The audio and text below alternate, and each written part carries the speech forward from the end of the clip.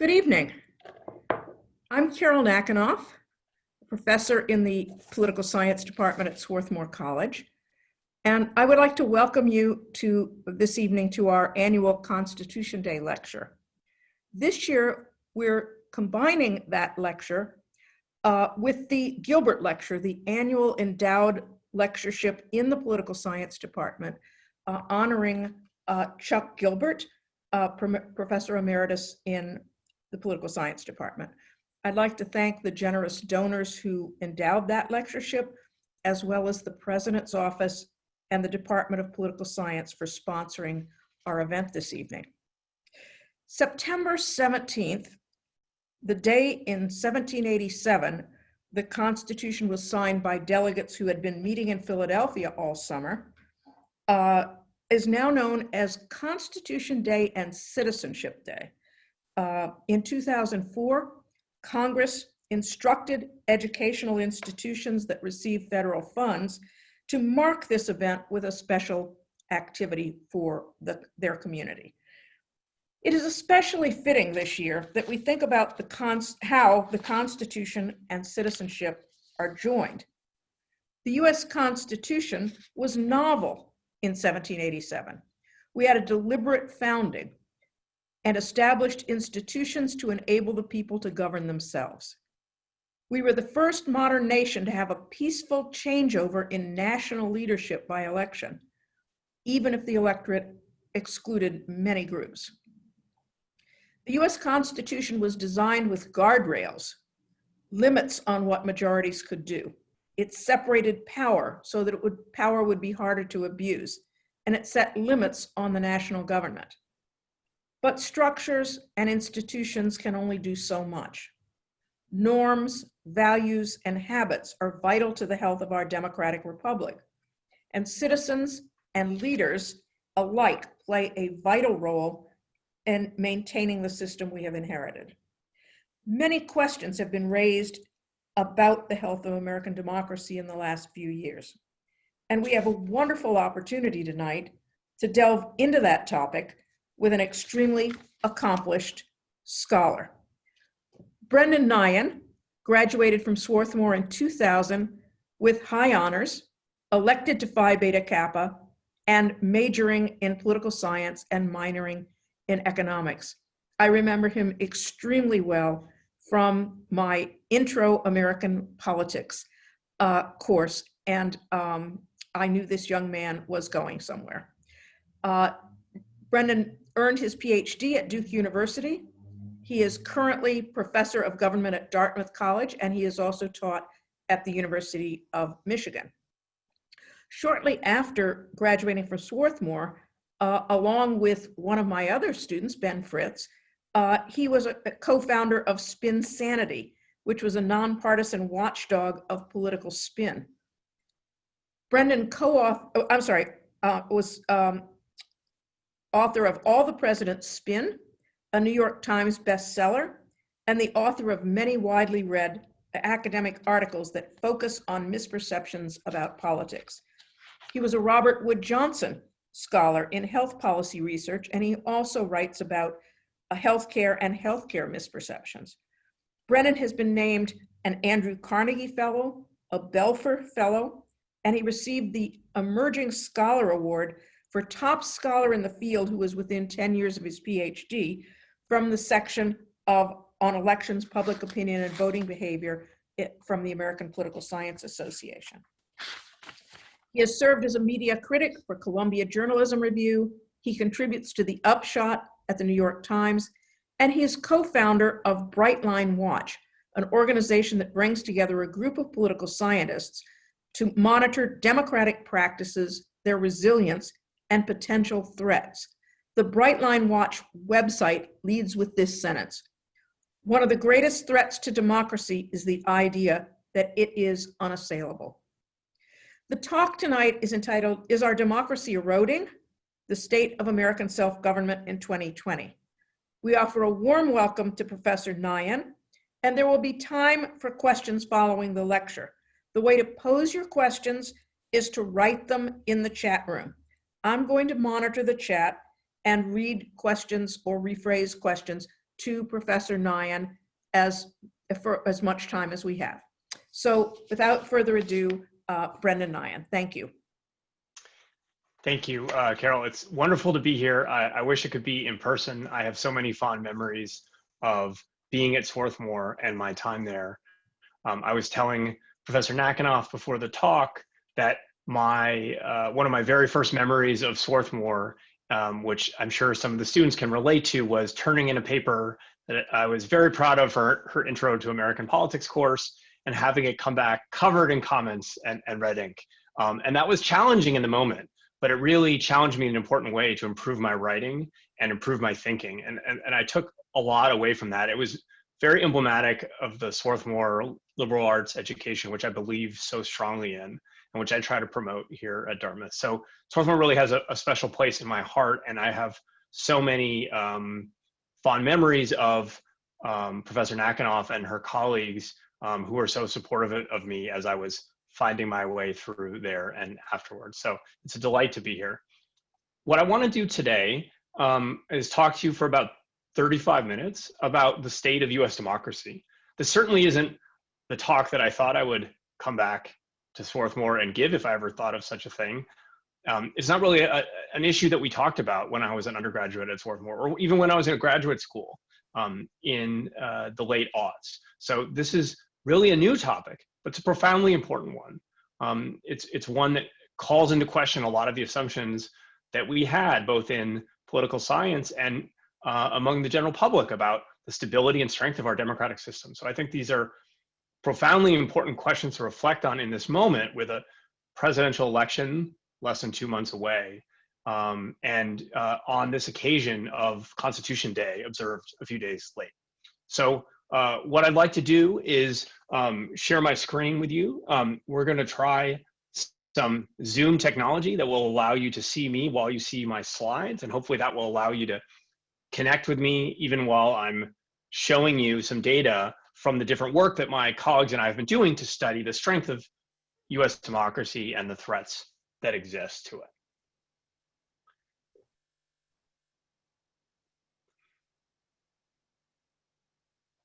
Okay, here we go. All right, so there I am. I'm going to count on Professor Nakanoff to tell me if anything terrible is happening on the audiovisual side, but hopefully everyone can see and hear me okay. If not, please tell her in the chat so she can let me know. I'm going to be talking about joint work with my colleagues at Bright Line Watch, which is the group that I co-founded with 3 other political scientists who are concerned about the state of US democracy. And since 2017, we've been monitoring the state of US democracy with the support of the Hewlett Foundation and Democracy Fund, and a team of colleagues and researchers that are listed there. So the work I'm going to be sharing with you is largely from that collaboration, and I want to acknowledge that group and refer you to them for more information on everything I'll be talking about today. So what I want to talk about is a democratic challenge that our political system faces in this moment. The Constitution is the oldest existing democratic constitution in the world. We have the longest standing democracy in the world. And that has given us great confidence, perhaps overconfidence, in the strength and stability of our democratic system. But since 2016, that strength and confidence have been called into question. And so what I want to do for you first is walk you through the evidence suggesting that the US is facing potentially significant democratic erosion since 2016, giving you the best evidence I think we have from expert surveys and other indicators. Second, what I want to talk to you about what I think we've learned from that process. First, that even the Constitution itself can't prescribe all the kinds of behaviors that we might worry endanger democratic stability. Even well-designed constitutions depend on what I'm going to call extra-constitutional norms, informal prohibitions against certain kinds of behaviors that can undermine and destabilize democratic systems. We've seen those norms are actually quite weak and have failed to resist potential violations, right? The sanctions for violating them are weak. And the primary reason that those norms are failing or seeming to fail is partisan polarization. That's been the great trend of recent decades in American politics. But until recently, we didn't realize the extent to which it would undermine the mechanisms of the system that we might depend on to provide checks on people who would violate those democratic norms or who would call the stability of our democratic system into question. The Constitution provides mechanisms by which other political elites could check authoritarian leaders, but those checks are being undermined by polarization. We'll of course be talking about this in the context of the current administration. How could we not? But I want to underscore that the vulnerabilities we are identifying are more general. The concerns I am raising will not end when the current occupant of the White House is no longer there, and they are not limited to one political party. We have to be clear about what is happening and what the threats are, and not simply tell ourselves a story that this is a problem of one person, because unfortunately these vulnerabilities run far deeper. So, and finally, I want to talk about the risk of this situation getting worse if we see a pattern of attacks on the legitimacy of the election, or a pattern of escalating constitutional hardball where the two sides are actually using the mechanisms of the Constitution in order to try to arrogate power to themselves in ways that are destabilizing. So we face a profoundly serious set of questions. I can't possibly answer all of them in the time that we have, but I want to at least give you a tour of the landscape as I see it, and hopefully tee up lots of questions for the Q&A, where I'd really love to hear from you and engage with as many of you as I can. So what I want to start with is putting our current moment in perspective. If you look at the long sweep of American history, as Professor Nakanoff emphasized, we did found a democracy, but in a very limited sense. And it was only over time as the franchise and protections under the law were granted to all Americans that experts began to realize that the US had become a full-fledged democracy. It really was only after the Civil Rights Movement when the authoritarian subnational apartheid region of the South had been brought out of that state, and the people of the South had been granted full civil rights protections and access to the vote, that scholars recognize the United States as the high quality democracy that we know it as in recent decades. And you can see here, this is data from our Brightline Watch survey of experts as political scientists at US academic institutions, who were surveyed twice and asked to rate the quality of US democracy on a 0 to 100 scale at various time points in the past. And so you can see that tendency towards democracy and the rule of law being perceived as higher quality over time, with that particular jump up around the civil rights era, and then relative stability in decades since. Okay, so that's a story that we told ourselves about our democratic system until this moment, a kind of broad improvement in the quality of US democracy, reaching a state of an advanced and stable democracy. But that's, of course, not the whole story. And I just want to underscore how surprising it is that we are having that conversation, because prior experience suggests that countries like the United States don't suffer from democratic erosion. They don't suffer from democratic breakdowns. This is one example from a statistical model looking at countries that have moved away from democracy. If you look at the various factors that we observe that tend to be associated with democratic breakdown, the United States scores extremely low on those metrics. We have a long history of democratic stability. We are a rich country, and we are in a stable region. There are lots of reasons to think the US would not suffer from democratic erosion. And that's what has made these past few years so striking, not just to the public, but to political scientists who really thought this kind of thing did not and would not happen in a country like the United States. Now, the warning signal started in 2016 when the co-founders of Brightline Watch with me were the lead authors on an open letter describing the signs of the norm violations that then candidate Trump had committed, which they said were dangerous to democracy. and these will unfortunately seem quite familiar at this point, casting doubt on the validity of the election process, suggesting he may reject the outcome of the election, encouraging supporters to engage in voter suppression and intimidation, threatening to jail the leader of the opposition party, questioning the independence of the judiciary and the impartiality of judges, impugning the loyalty of citizens, endangering freedom of the press. The list goes on. But these were words on the campaign trail. And many people thought that when President Trump took office, when then candidate Trump became President Trump, this pattern might change. But there was reason to worry enough, given that pattern, because it fit the pattern we've seen in countries where there have been political candidates who challenge and threaten democratic norms. In their book, How Democracies Die, Steve Levitsky and Daniel Ziblatt identify 4 clusters of behaviors: rejecting democratic norms or signaling only a weak commitment to them, denying the legitimacy of one's political opponents, tolerating or even encouraging violence, and a readiness to curtail the civil liberties of your political opponents, including potentially the media. So that unfortunately seemed quite familiar and had many echoes in the behavior of candidate Trump. The pattern we've seen since 2017 is unfortunately very consistent with that story. And there's so much in the news, it's so overwhelming to try to keep up with everything that's going on, that I want to kind of take a step back and highlight some of the most abnormal events that we've seen in recent years, just to underscore how many of them there have been. So this is a graphic from Roll Call, based on surveys of the experts that we've been conducting at Brightline Watch, where on the left you can see the events that they identified as highly important, and that the width of that red bar indicates how abnormal they rated that event as.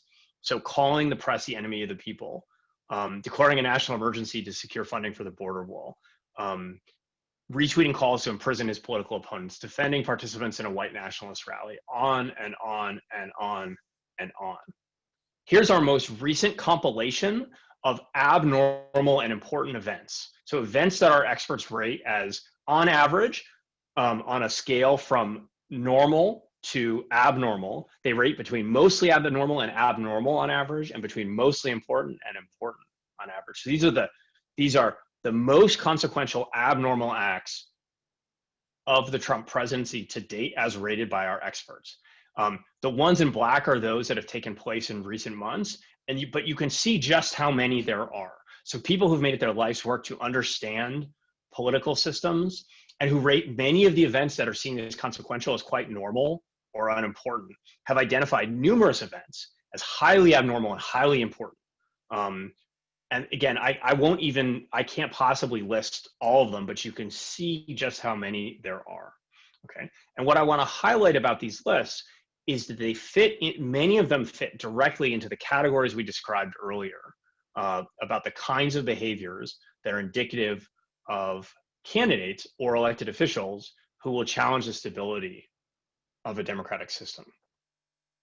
Now, it's easy for people to say, it's just talk, right? The simplest caricature of these that's often offered of this kind of criticism is it's just tweets. Tweets don't matter. It's also been tempting to say, well, there aren't tanks in the streets, so this is all nonsense. And so what I'm showing you here is an editorial from 2 months into Trump's presidency, when the Wall Street Journal denounced me and another scholar for warning about the threat to democratic stability that President Trump posed by attacking us in this straw man Donald Mussolini framework and saying, look, Trump hasn't rolled over checks and balances, he can't get anything done, okay? Well, now we are here more than 3 years later, and you can see those checks and balances have been weakening. The kinds of events I've been identifying have started to change those limits. The people in the administration who are constraining the president have left. The bureaucratic resistance, in some cases, is weakened. Okay? But the other misconception that this argument plays on is the idea that democracy is a binary concept. Either you have it or you don't. Either there's a dictator or there's a democracy. But the way political scientists think about it is that democracy is more of a continuum. And democracies can erode without moving all the way into full-fledged dictatorship. But important liberties and freedoms and abilities to resist the government and hold it accountable are lost in each step of that erosion. But because it's more subtle, because it's not so dramatic, it's less likely to be noticed, and in some cases to be resisted. So this is what Levitsky and Ziblatt say about that. There's no single moment. They wrote this several years ago. I want to underscore, there's no single moment when the regime obviously crosses the line into dictatorship. Nothing that sets off society's alarm bells. People are attacked for exaggerating or crying wolf. It may seem almost imperceptible. Okay? And that's what I want to warn us against on this Constitution Day. That tendency to say that things aren't that different. This is just normal politics. It's not normal politics. We must say that as clearly as we possibly can. And that is not a partisan statement. There are numerous Republican and conservative experts and scholars and former administration officials who agree with that point of view. This is not a partisan statement in any way. Okay, so what has happened, right? Has our democracy been eroding? So now I'm showing you that same expert survey data describing the trajectory of how experts assess US democratic quality. And what you can see is in two separate surveys that we've conducted, both in 2017 and 2020 of our experts, they perceive a substantial deterioration in the quality of US democracy. And you can see that deterioration is perceived to be greater in 2020 than in 2017, indicating that things got worse in 2017 and they've gotten even worse still in 2020. But I also want to underscore, this is what democratic erosion could potentially look like. And these experts perceive the quality of US democracy as worse than in 2015, but they're not rating the US at 0. They're not saying we're like Russia. They're not saying we're like Hungary or Poland. But they are perceiving a notable and significant deterioration. And we have to take that threat very seriously, because the forces that have been set in motion could further continue that erosion for reasons that I'll talk about. The conclusion that our experts reach has been echoed by other experts. VDEM is a respected international monitor of the state of US democracy, the state of democracy around the world. It issues ratings on countries around the world, and they find as well a substantial deterioration in expert ratings of US democracy since Trump took office. So this is not anything that's specific to our experts. Now, something that's important to note, especially as we head into an election, is that democratic erosion is not uniform. It doesn't take place in every domain of political life.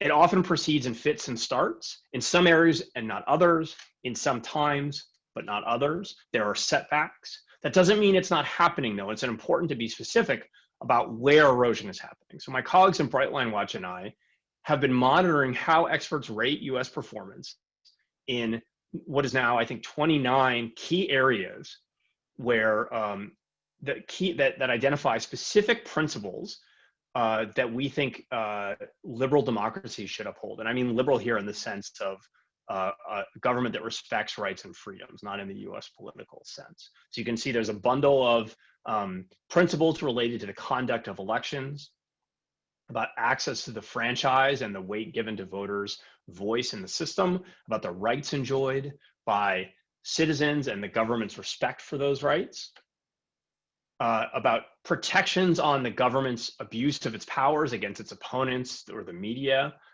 or the use of political violence, accountability for government misconduct, checks on the government's power by other branches like the legislature and the judiciary, and then norms around discourse centered on compromise, having claims having a basis in fact, not attacking the patriotism of the other side. Okay. So this is a bundle of principles we're going to be looking at how experts perceive the US to be doing in these areas, right? So overall, they've perceived the US to have declined in the quality of its democracy. Where do they think that decline is happening? What do they see as the most serious? So first, let me just give you a sense of how experts rate our political system. We still score quite well on having an open electoral system in which all parties are allowed and conducting free and fair elections. Right? You can see those are the highest rated principles. Those are the top two there. These dark blue lines indicate the percentage as you move from the right to the left of experts who are saying the US fully meets, I'm trying to not block the legend, the US fully meets that standard. Light blue mostly meets, and down from there. So the ones at the top are the highest rated on average by experts. The ones at the bottom are the lowest rated. And the US still performs quite well in some of these fundamental aspects of democracy. We are not a failed state. We are still a democracy, and experts do recognize that, but they do have concerns about certain areas there. I won't go through all of them, but the data are on our website and open for you to take a look at. What I want to focus on are the areas where experts perceive the most significant deterioration in the quality of US democracy. So there are 5 areas we've highlighted here where we show the trajectory of expert ratings of perceived US performance on those principles since our first survey in February of 2017. Okay. And what you can see is we've seen substantial declines of 20 percentage points or more in the percentage of experts who say the US mostly meets or fully meets 5 critical standards that I think any of us would agree are fundamental to a well-functioning democratic system. Judicial limits on the executive branch, constitutional limits on the executive branch, and legislative limits on the executive branch. So the checks placed on the executive by the written constitution and by the other branches of government. That's one set where we've seen substantial declines since Trump first took office. We've also seen substantial declines in 2 key areas where the government might use its power against its political opponents. First, the principle that government agencies shouldn't punish or target their political opponents. And second, the government's willingness to tolerate and respect protests and dissent. Okay, and those kind of clusters about the way the government, those 2 principles can be clustered together as reflecting the government's willingness to suppress or target its opposition using its power in government to do so, which is a critical norm violation.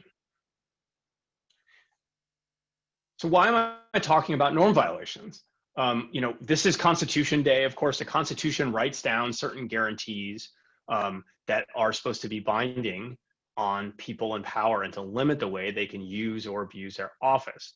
But what Levitsky and Ziblatt emphasize is that not every action taken by government can be proscribed by a written document. There are always ways around the limitations placed on people in power. We depend on those in a democracy to tolerate the opposition and to endorse the legitimacy of it holding power.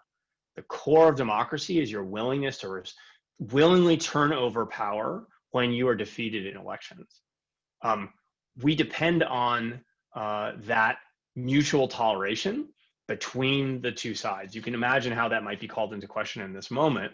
And the second, and this is critical for those, the targeting of the political opposition that I identified earlier, we depend on those in power to engage in what Levitsky and Ziblatt call forbearance, to refrain from using their institutional powers to the maximum extent that they could on behalf of their political interests. Because if they did, they could use those powers to entrench themselves and disadvantage their opposition in a way that would functionally undermine competition in the democratic system and would allow them to punish and undermine the opposition in the media. Okay, so we depend on those norms. They can't be fully prescribed by a written constitution. We depend on political actors to uphold and maintain them, and we must defend them for democracy to thrive.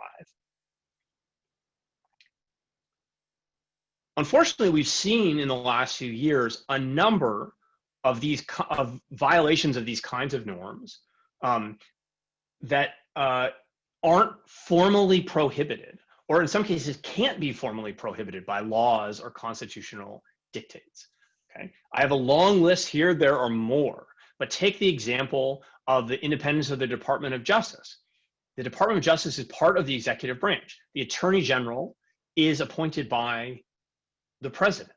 It is true, as Bill Barr recently said, that he does exercise the power of the executive branch as the Attorney General. But it is also true that we've had a norm since Watergate that power would not be used on behalf of the political interests of the president. That hasn't always been perfectly respected, but it's come into question now like never before with for instance, the attempt to change the prosecution of Michael Flynn, the president's former national security advisor. The president asking for favors and support from the FBI director, James Comey, has the exact same kind of flavor. There is a norm against that act, even though Comey, as FBI director, was part of the president's administration. And the list goes on. Investigating your political opponents with the Ukraine scandal that led to the president's impeachment, attacking the press, and so forth. So many of these norm violations are not ones that are easily addressed via institutional changes. Some are, but many are not. And that's a critical challenge we face in thinking about how to defend the stability and health of our democratic system. When the problem in many of these cases isn't the Constitution so much as these extra constitutional understandings we've had that are now being called into question. Now, when those kinds of norm violations are taking place, what the founders imagined would have happened is that they would be checked by other branches of government. But what we've seen is that Congress, which is supposed to be a co-equal branch of government, is fully a partisan institution. There are lots of good things about political parties, but the partisanship that has taken hold in Congress has made it so that the president's party does not provide a functional check on abuses of executive power. And that's precisely what we've seen over the last 4 years. This near party line vote on impeachment, the decision to convict in the Senate after the president's impeachment. Here on the right, as an example of how this pattern continues, the president, people are chemical irritants are used against protesters in the street outside the White House so that the president can have a photo op outside a church. And Republican senators are asked how they feel about this. And in this video that I'm showing you an excerpt from, more than a dozen Senate Republicans walk by, refusing to comment or to offer any condemnation of the president's actions. Here's Mike Enzi saying, "I'm late for lunch." Okay. So just an example of how limited the sanctions provided by Congress have been. We can talk more about the reasons for that and how Congress might do better, but I want to make sure we have lots of time for your questions. So let's turn to the public, right? So if Congress is failing to provide accountability, what about the public? Well, I have good news and bad news. The good news is the public does say in surveys when asked that they like US democracy. There was something of a panic over public support for democracy, but I think the evidence of that is greatly overstated. Overwhelming majorities of Americans indicate democracy is preferable to any other form of government, although some, you can see there on the bottom, will endorse or at least not fully condemn non-democratic systems, a strong leader or army rule. In general, people have favorable views of democracy and seem to support it to the extent that scholars still argue about what democracy means. So that's a tough concept for people to weigh in on in all of its complexity. But at least when asked, people say they're for democracy. To a first approximation, that's how you should understand public opinion about democracy. People have mixed views on various aspects of democracy, but they at least in principle say that they're for it generally. And that comes through actually when we survey the public at Brightline Watch about those principles I showed you earlier. We say, how important are these to a democratic system? And what we see is the public endorses those principles we identified as important. They also rate many of those as quite important. Here you can see this graph is showing you the percentage of, I'm going to move myself out of the way, the percentage of the public who rate each of these principles as important or essential to democracy. And you can see that high numbers of both Trump approvers and Trump disapprovers rate those principles as important or essential. And that the gaps between Trump approvers and disapprovers are quite limited for the most part, with just a handful of exceptions. This is data from March 2019. There's quite consistent endorsement of these principles in the abstract. Okay, so it's not just that people are in favor of democracy in general. When we ask them about these specific principles, they will endorse those as important generally as well, and there's not much polarization over them. That's the good news.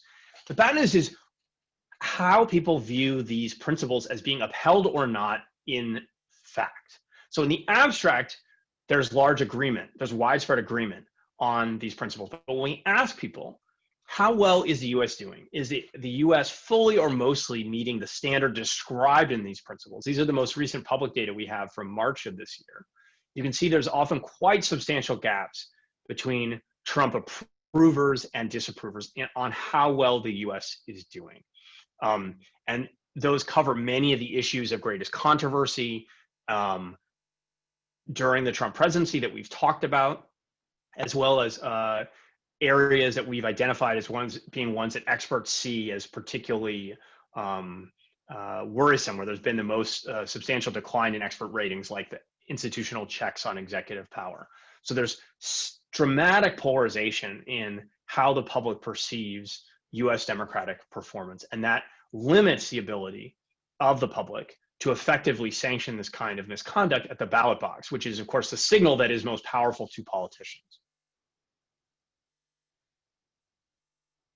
And I want to go beyond just talking about Trump approvers and disapprovers, because people, of course, vary quite a bit in how engaged they are with the political system and the extent to which they are mobilized on behalf of their party, which matters quite a lot in our system, where the parties are often highly responsive to their base.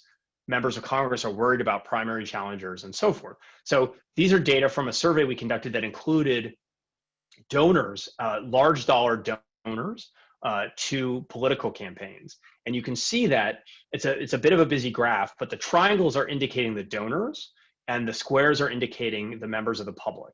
And you can see there's often greater polarization in how donors perceive US Democratic performance compared to the public. So these folks who are especially influential within the party and committed to their party are even more polarized. They're seeing the US as doing well or poorly to an even greater extent than members of the public. So I told you earlier that the public seems in the abstract to support democracy, but there's a polarization in how they perceive US democracy. So let's go even further. Can they identify threats to democracy when they take place? So we conducted a poll testing a number of different transgressions of democratic norms, as well as actions which upheld those norms, to see if people could distinguish between what would conventionally be viewed as pro or anti-democratic actions. Yeah, we tested these in a number of different areas. You can see here elections and voting, rights, protections, and freedom. We have some about institutional accountability and the rule of law, such as the government blocking an independent investigation into its own staff or cabinet members, certainly a relevant topic these days. And then finally, norms and behavior. And we asked people, is this action democratic or not? And they were asked about either the transgression items or the pro-democratic actions items.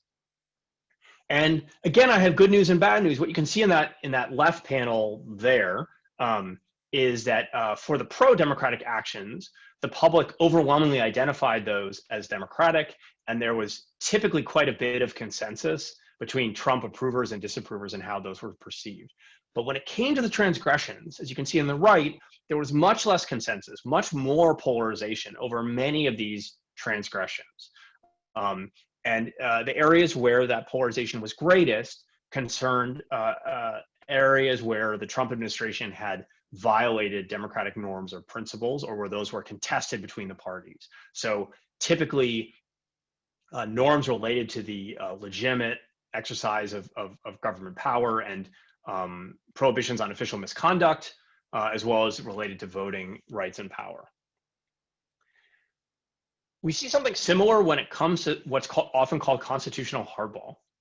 So in these circumstances, when polarization is so high and when commitment to small d democratic norms is limited, there's a temptation of the parties to use their powers to escalate conflict in ways that are potentially destabilizing. We tested a bunch of different examples of this here. An example of this you can think of that's come up in the president's own statements is the president pardoning himself. Another example, the president directing the Department of Justice to open an investigation into their political opponents. The majority of the House of Representatives impeaching the president just because they believe they're unfit, although they have no evidence of the high crime or misdemeanor specified in the Constitution. The list goes on. There's many ways in which existing powers could be leveraged on behalf of potentially destabilizing ends. And we conducted a poll asking people how they felt about these various kinds of hardball. And I would say the results are generally mixed. There was often substantial polarization, although maybe not as much as you might have expected. I'll point you, given the current context, to the court panel on the left, showing that support for increasing the size of the Supreme Court was quite limited, and interestingly higher among Trump approvers at this time, more than a year ago, than disapprovers. What I think you should take away from this is at least that the public has not thought about these sorts of complicated political scenarios, and that their partisanship is likely to lock most people into place. And that's going to, again, limit the accountability that's provided to people in power. So what is then to be done? One final bit of evidence is we conducted a test to see whether people would vote against candidates who violated democratic norms in a more realistic context. So instead of asking people to weigh in on these abstract principles, which are hard to understand and really outside of people's everyday experience, we asked them instead to choose between two candidates using a framework like what you see here on the left panel that had different characteristics, different names signaling race and gender, different party affiliations, different policy positions, and most notably, whether they had norm upholding or norm violating positions on 4 areas of democratic principle: deference to judiciary, support for independent investigations, willingness to compromise with the opposition, and access to the ballot rather than restrictions based on voter ID. And we wanted to see if people would punish candidates who violated these democratic norms in the act of voting, which is, of course, the most direct and sometimes powerful way the public can sanction power holders. This graph's a little complicated to understand, but let me talk you through it. This is telling you that basically the dots are indicating whether the effect of violating the norm in question on support for a given candidate, averaging over those other attributes you saw in the table. So to take that first example, that first cluster of dots there, they're less than 0%. They're on the negative side. And what that indicates is that those candidates who said they would disregard decisions by the judiciary they viewed as politicized, people supported them less. And that happened for Democrats and Republicans, and it happened for both regular citizens and for donors.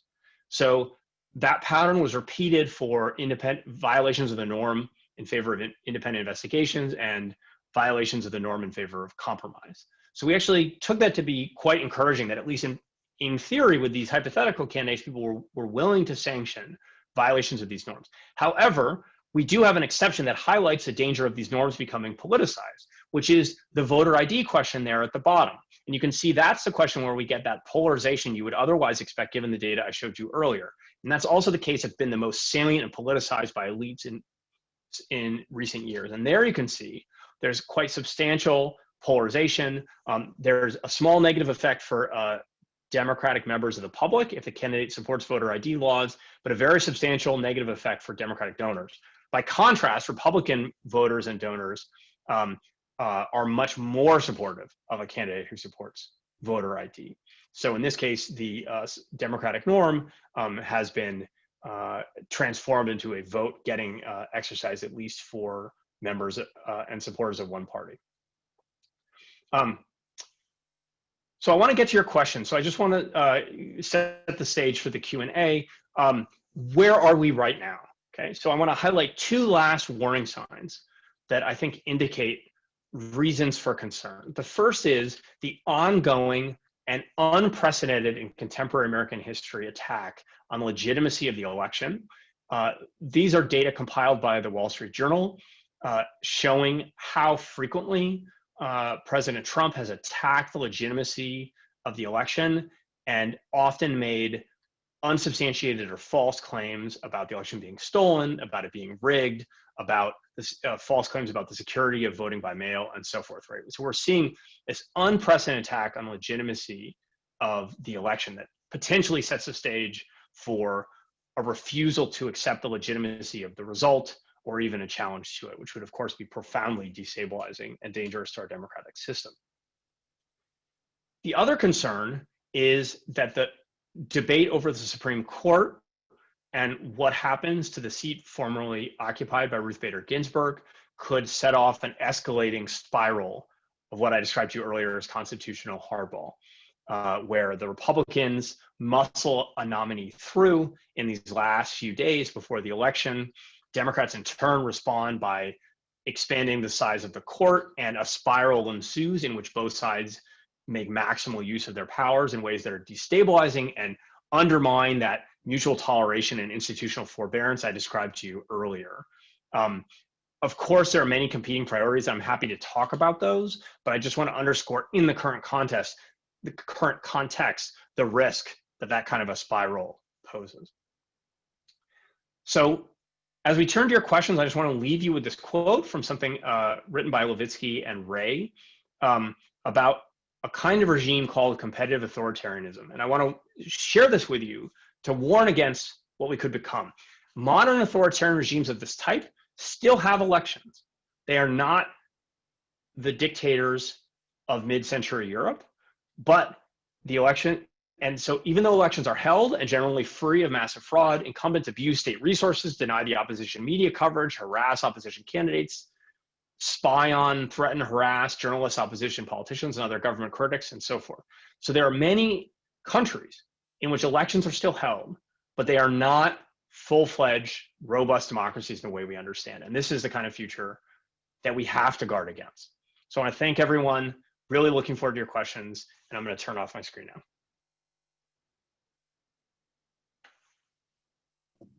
Mute myself. We have a couple of questions still in the already in the chat room, and you may start writing them, of course. The first question is from Andy, and Andy asks, do political scientists attribute the degradations of norms directly to the election of President Trump and the Republican Party, or are these attributed to both parties and at multiple levels of government? That's a good question. Thank you for that, Andy. And let me just say, I don't think we know the answer as well as I would like.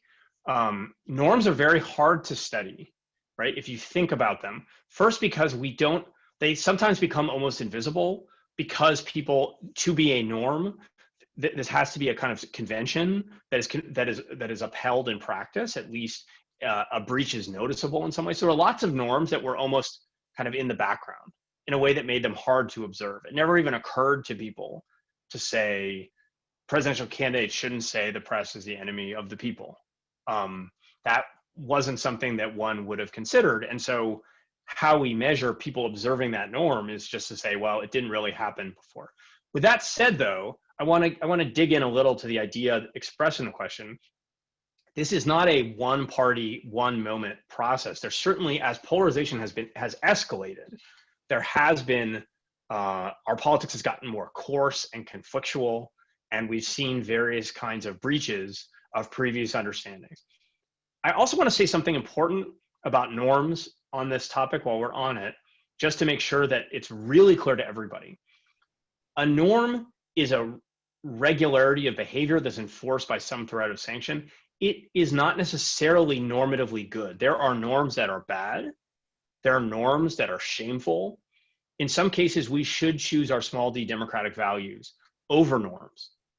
However, it's also the case that democratic systems depend on norms to function, given the limitations of written prohibitions on the exercise of power that we've been talking about. So we have to think about how to trade off the importance of democratic stability and our small d democratic values, which sometimes are going to be in tension.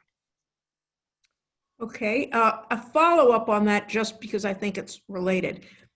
Do you think this type of democratic backsliding is happening at the state and local levels too? And is it all interrelated? This is from Elizabeth.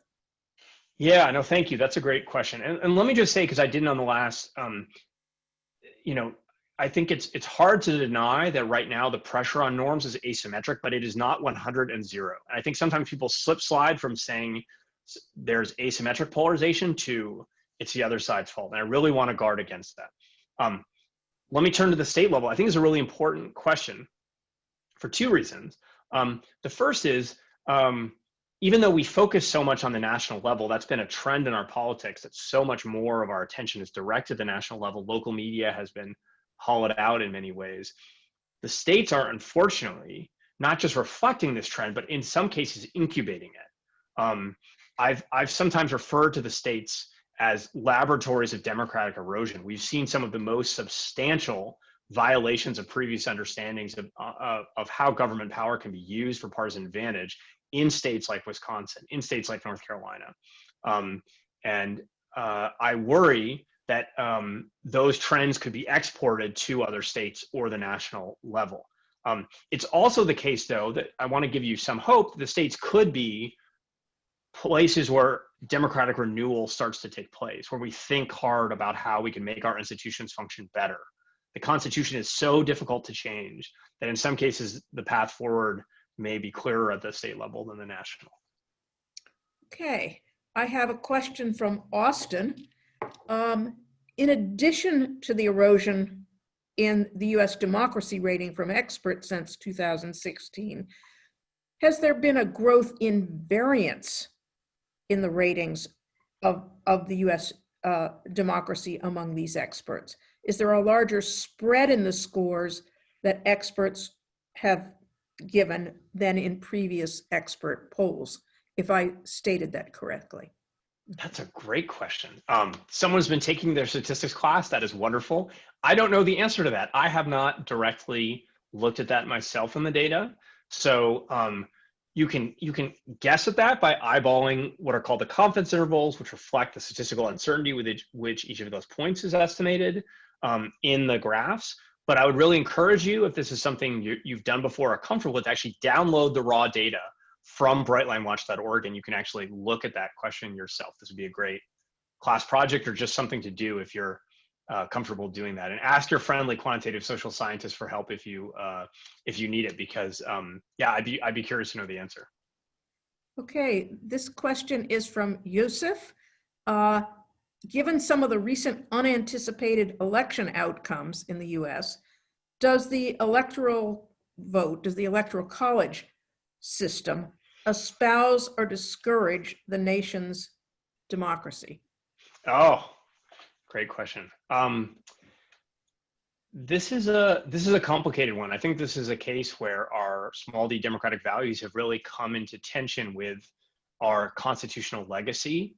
The Electoral College overweights small states in a way that has come into sharper relief in recent years as population imbalances between small and large states have grown. And when rural populations have politically become much more distinct on average from urban ones in ways that are overweighting Republican voting power in the Electoral College due to that small state bias, and similarly with the Senate. So people have talked about a popular vote replacing the Electoral College.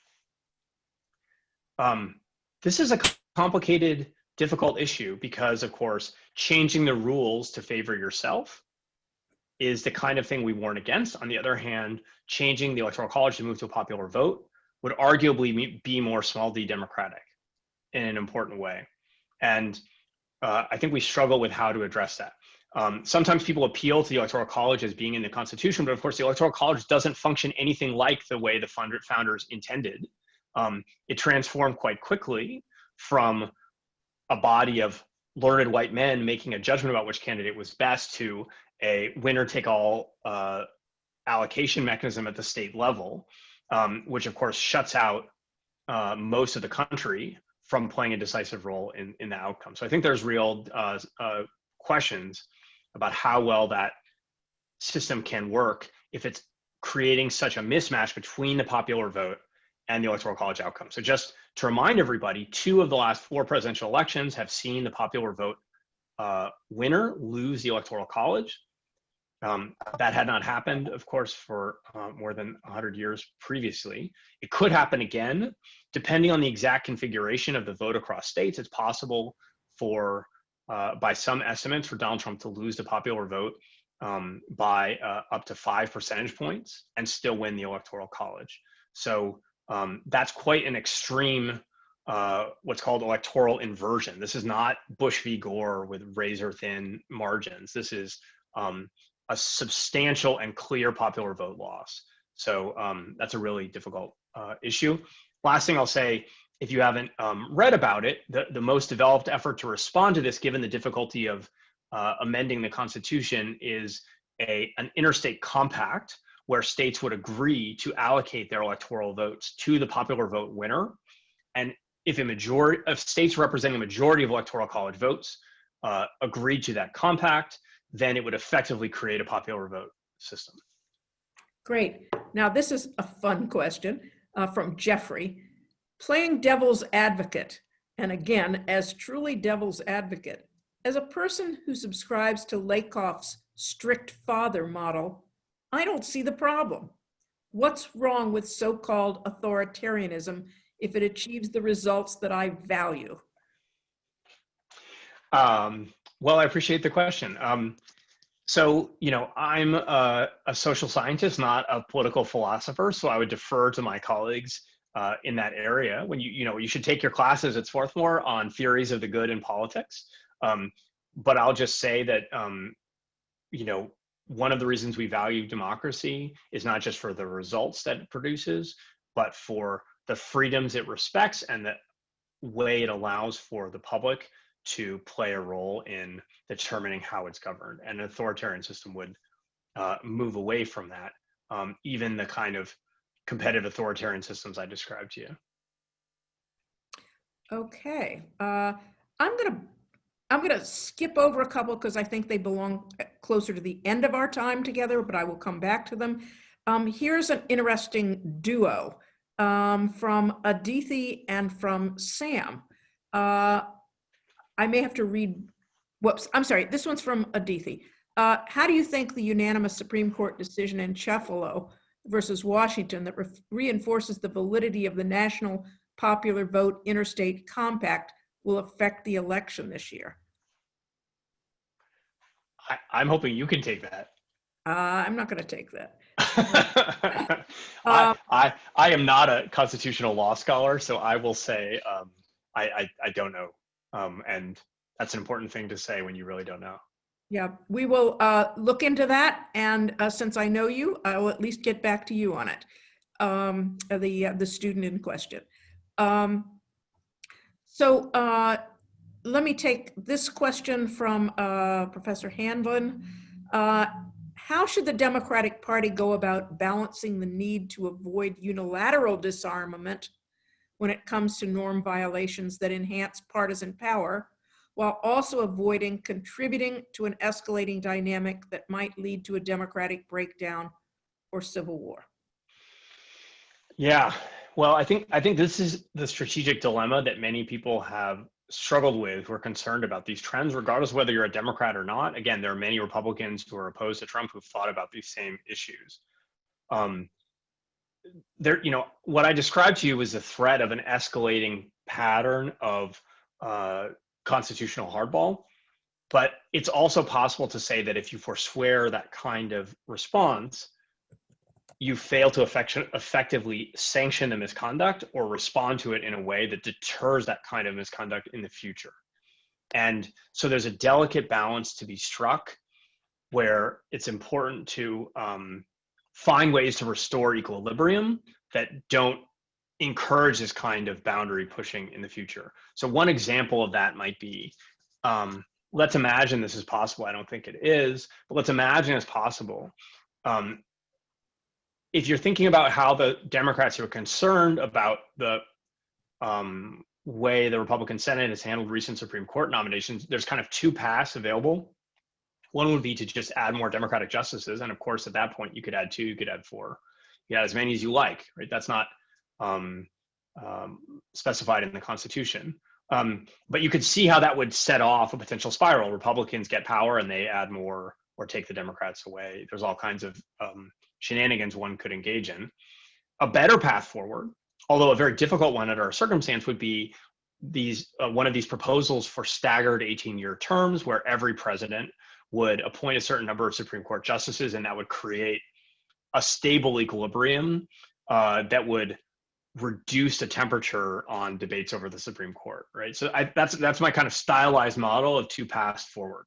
I mean, there's an element of hardball politics to this, and how you think about that, I think, depends on your value system. Let me just give one last example so we can get to more questions. FDR's court packing scheme is conventionally thought to have failed, right? He, of course, didn't actually pack the court. It was seen as a kind of political defeat. On the other hand, the Supreme Court stood down on overturning many of the kinds of actions that his administration had been taking, right? So it kind of restored a kind of political equilibrium. The court was very aggressively limiting the scope of New Deal action. The threat of court packing constrained what at least FDR thought was overreach, and a kind of new equilibrium was meant. So that's another kind of potential path forward, but it's a very messy one in the current context when partisanship is much more differentiated and the public's social identity as partisans is much stronger than in FDR's time, arguably. Okay. I'm going to combine 2 questions, one from Abby, and then I'm going to tag on Rosalie's question. Levitsky and Ziblatt argue that stability was at least in part based on racial exclusion, and that there have been very few truly multiracial democratic societies. What do you see as the path forward for a multiracial American democracy? Will it be further norm erosion and rebuilding, or can current norms be salvaged without maintaining previous white supremacy? And then the add-on to that is, what can be done to protect extra constitutional norms? Yeah, those are great questions. I think my best answer to protecting extra constitutional norms is the kinds of, at least at the elite level, the kind of responses I described in the answer to the last question. For the public, I guess what I would say is, for those of you who are concerned about those norms, to sanction violations of them on your own side, from your own party, up and down the ticket. Right? So maybe presidential candidates are too far away to seem like you have much effect. Think about school board, think about state legislature, right? Think about differentiating among candidates on your side where you arguably have greater voice and more opportunity to exercise influence, and support those candidates who you think are playing the political game the right way and upholding the kinds of norms we should expect from people in public life. That's one small thing. That's not a system level solution by any stretch, but it is something that you can help do. I think the problem with the norm debate is everyone has many examples of how the other side has violated those norms, and that doesn't lead to very constructive path forward. Now, I want to return to the first part of the question, though, about the race point, because that's exactly what I was thinking of when I offered that caveat about norms. And it is a big caveat, because Levitsky and Ziblatt very much acknowledge, and they absolutely should, that the depolarized political system of the mid-20th century that we often venerate was built on racial exclusion. It was built on the awful history of race in this country, which divided the parties internally in a way that allowed for a kind of democratic stability while keeping the issue of race off the table. And by keeping the issue of race off the table, I mean keeping civil rights and legal protections for fellow citizens off the table. So we have to do better. That cannot and must not be what we attempt to return to. And then very much the question is, what does a multiracial democracy look like? History doesn't offer us many examples. I'm not a comparative politics expert, but that's my understanding as well. What I would suggest is, we need to think about ways to change the incentives of elites in our political system. When parties are good at competing for power, and when it is in their interest, they can pivot quite dramatically to respond to new kinds of incentives. So I would recommend to you Lee Drutman's book, Breaking the Two-Party Doom Loop, which talks about the kind of zero-sum logic that our two-party system creates and how certain kinds of institutional reforms related, for instance, to how members of Congress are elected, could help change those incentives. And in particular, getting back to the question, create incentives for both parties to compete for the votes of white and non-white Americans alike. That's a kind of competition that is healthy and makes democracy strong. And we may get more of that than you think. If Texas becomes competitive, the whole electoral college situation inverts, and Republican concern about at least Hispanic votes becomes dramatically different. But for now, at least, we need to think about how to have that kind of party competition for the votes of non-white Americans and hope get those incentives working for the inclusion of Americans and the promotion of democratic stability rather than the opposite. I'm going to jump around through questions. This one is from Alana. Why do political scientists think there hasn't been erosion of democratic norms until this century? In other words, backlash to Reconstruction. I'm referring to the line graph pulled up earlier in the talk. Absolutely. One problem with the data I show you, this is a great question. Swarthmore students are the best. One problem with that graph is due to limitations on how many questions we can ask these experts before they quit our survey. We didn't ask in as fine-grained a way in terms of time to see the precisely this critical moment of democratic erosion in the post-Civil War period as the gains of Reconstruction are rolled back. I would say what happened during Reconstruction and what was lost is truly an untold story in American political history still, and very poorly understood. It was a very different context. I guess when I'm talking about democratic erosion and the loss of democratic norms, I'm thinking of once we hit that level of relative stability that I was describing to you in the post-civil rights period. I'm saying in that period, what we're seeing now is unusual. That post-Reconstruction period, though, is very much a moment of democratic erosion. In fact, the South goes from a place where there are black office holders and blacks are voting in large numbers to a racial apartheid state for decades, where racial terror is routinely inflicted on the population, right? So there's a horrible, horrible series of events that take place there. So, and I don't mean in any way to minimize that, and I should have been more clear on that from the beginning. So thank you for that. Okay. This is a question from Ian. Does interpersonal social influence play a part in your story of democratic erosion? Can we fix this by emphasizing institutional stability to friends and family? Really, just who should we hold responsible for mitigating such erosion? That's a great question. I certainly would encourage you among your friends and family to try to uphold these kinds of norms. Everyone is an influencer in their own social circle. So, and in the age of social media, of course, you can be visible, and share your views with those around you very easily. Now, I think we've actually seen the opposite. The concern is that the way that we share our political views with others may further incivility, may undermine these norms, and that the combination of people's tendency to self-select into political conversation online and algorithmic amplification have made these patterns worse. That we're kind of seeing the worst of our political debate and the worst of our conversation reflected back to us on social media, both from our friends and family and from national politics. So I think that's great. At the same time, though, I don't want to suggest that's a solution. I mean, the Levitsky and Ziblatt argument, which I take very seriously, is that the core of democratic stability is a compact between elites. And so what we need to do is to constrain those elites to continue to play by the rules of the game, because they ultimately are the ones who are going to decide if our democracy thrives and survives or not. Okay, I'm going to combine two questions from Sam and from Elle. Sam is curious about the effects of asymmetric polarization and whether this is relatively recent. Second, if one party within a two-party system goes off the rails, so to speak, The natural response from the opposition might be to polarize as well. That seems to be a terrible way to protect democratic institutions. So if that, is there a solution to that? And then how can, I'm sorry, I'm having trouble sliding this down.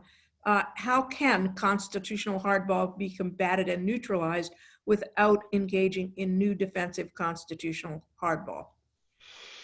Yeah, these are great. These are great questions. So let me start with asymmetric polarization.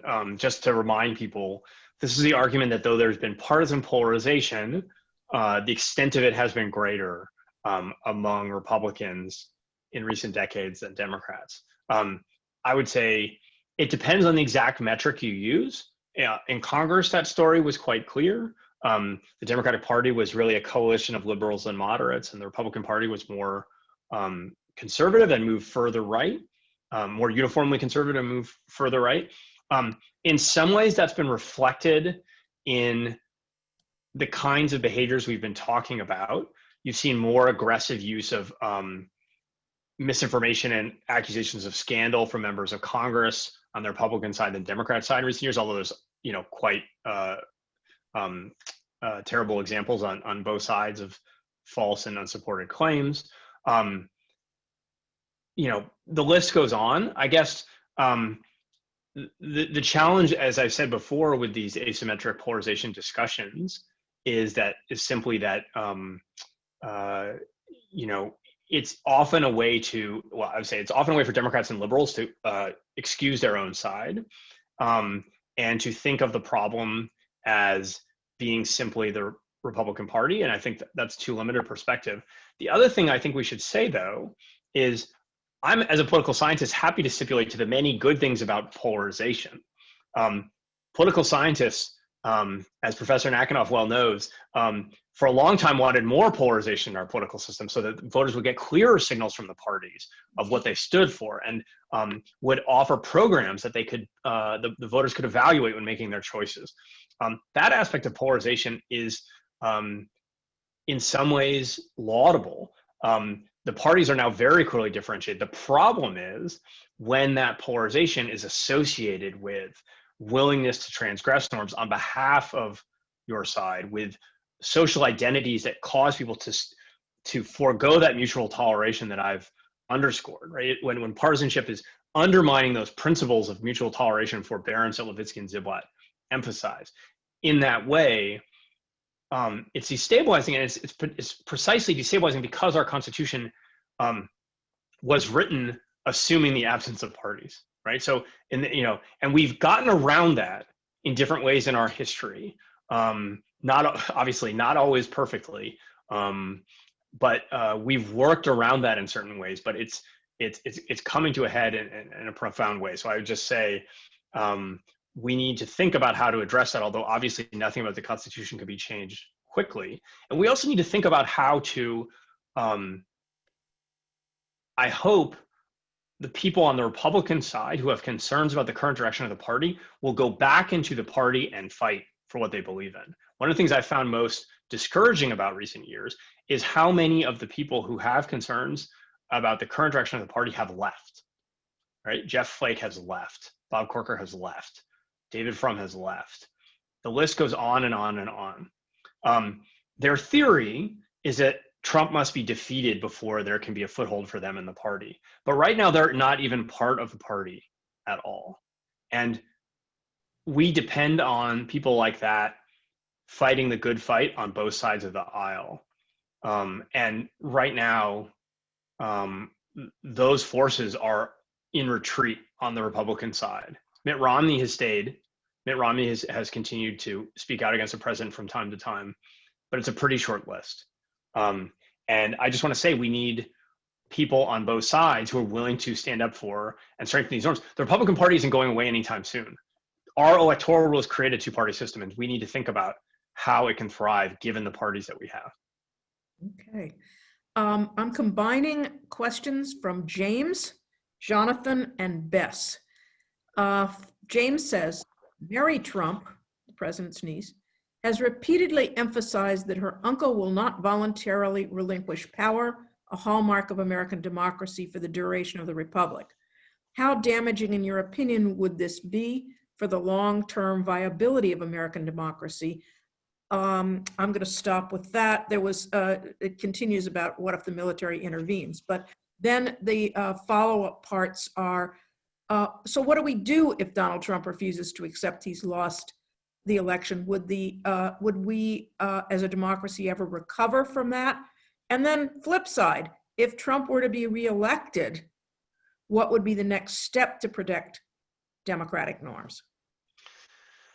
Oh, big, hard to answer questions. On the first point, is it possible that the president will refuse to leave office? Yes. Do I see it as likely? No. This is something we're going to be asking our experts about in a future survey, but I think those events are relatively unlikely, especially if other Republicans won't back Trump in that moment. So we have to take tail risk seriously here. It's not impossible that such a scenario could take place. It's very unlikely. What I would encourage people to think about instead, we should prepare for that, and we need to defend the legitimacy of this election. But what I think we should be especially concerned with is the following scenario, which I think is much more likely. Let's assume the current polls hold and the president does, in fact, lose. It's, I think, much more likely he will attack the legitimacy of the election, suggest the election was stolen from, ultimately leave office, but in a way where he refuses to accept the validity of the outcome and engages in a kind of scorched earth campaign on his way out against the legitimacy of the Biden administration, if Biden, of course, is still the candidate and the winner at that point. And I think that could be profoundly damaging to U.S. democracy too. Of course, it would be an instant democratic crisis if the president refused to leave office even for a moment. But I think people, by thinking about this, personalizing the risk in terms of Trump, don't take seriously enough the damage he could do with that kind of a scorched earth campaign, which makes the legitimacy of our elections and the consensual nature of both sides agreeing to abide by the results that much weaker, so that candidates in the future are that much more likely to consider challenging election results in that way. So I guess that's what I would say about the first point. On the second point, when it comes to Trump staying in office, it's hard to predict the future, of course, but I guess what I would say is I've been struck by the ways in which institutional and bureaucratic resistance to the president has been ground down over time. That there were staff members and people in executive branch agencies who are limiting the most rash, illegal, and norm-violating actions of the president in his first 2 years. And many of those people have left. More effective people have, or more people who are more committed to the president's agenda, and in some cases more effective, have taken hold. Sometimes they're less effective, but they're more committed. Bill Barr being the most noteworthy example of this, he really knows how to pull the levers of power in the Department of Justice. And that's gone from being an institution that was very much limiting the president's power to one now where Barr is really exercising it on behalf of the president in a way we haven't seen in a post-Watergate Department of Justice. So I do have very significant concerns. Again, I would encourage you to avoid the binary democracy, no democracy framing, but I do think there's various very legitimate reasons to worry about further erosion in that scenario. Okay. This is a question that I wish the person that wrote it could ask it, because they would do a better job of it than I will. But I'm seeing some pushback in the questions, people asserting the asymmetrical nature of polarization. And so Puneet's question comes out of that observation, and that is in that and the increasingly authoritarian approaches to politics of the GOP. As some observers have argued, including Mann and Ornstein, as well as, I'm sorry, I don't know how to pronounce his name, Kava Service in Rule or Ruin, demonization and delegitimation of the opposition, parliamentary obstruction, and tactics such as parliamentary obstruction, and attacks on the media were embraced as early as the latter part of the 20th century by people like Newt Gingrich and Paul Weyrich. If this is a valid argument, it would surprise me that the ratings of our democracy's soundness in that one chart continued to stay relatively flat even after the 1990s? Yeah, no, that's a great question. I would certainly recommend Mann and Ornstein's work. Um, and what I would suggest is you can think about it a couple of different ways. One is maybe our experts didn't take those findings that seriously, or they didn't think those findings were um, overall degrading the quality of democracy in the way we've seen since. Maybe they just missed that, but I would doubt that. I think the best guess I have is that that trend towards that more aggressive delegitimation of one's opponents, more aggressive use of institutional power, and so forth, was starting to gain momentum in the last years of the 20th century and into the 21st. But it hadn't escalated to the level it's seen now. And one of the things that's so dangerous about this moment that I just want to emphasize is the collision between that trend and the Trump populist authoritarian trend, and how those have intersected, right? In a way that I don't want to say is unique to our system, but our system hasn't buffered as well as other political systems because in a two-party system, Trump has taken over the Republican Party, and so that trajectory of asymmetric polarization has intersected with the populist authoritarian turn we've seen in so many countries, right? And those are in some ways fused together in a way that is quite dangerous and worrisome. When those two groups see their interests as aligned, it's very hard to get the kind of Republican criticism of the president that would be necessary to hold him in check. And I guess that's what I find the most worrisome, is how those two groups have aligned their tactics more and more. The current court fight is a perfect example. Mitch McConnell would like to put a justice on the court, of course. Donald Trump is talking about how we need a justice on the court to fend off the imaginary widespread election fraud he's claiming is taking place, right? And so now we have that alignment of those two forces in a way that's potentially profoundly threatening. Imagine a Supreme Court, a 5-4 Supreme Court decision that decides the election, or the decisive vote is cast by a newly appointed justice under these circumstances. I would add maybe one thing. In that one graph that Puneet was talking about, I'll make a reveal. I'm one of the people that is surveyed. And there are different ways of thinking about the health of democracy. If we're thinking about it in terms of greater inclusion of groups that have been historically marginalized, there is some reason to say, things have been getting better.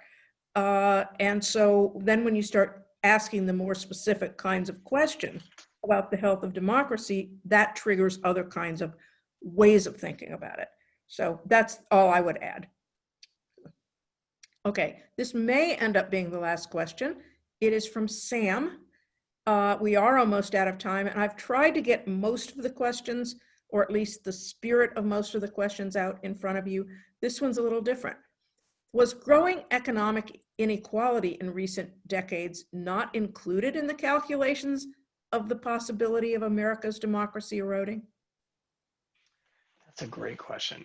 There are different statistical models predicting democratic erosion. I can't tell you how many include inequality.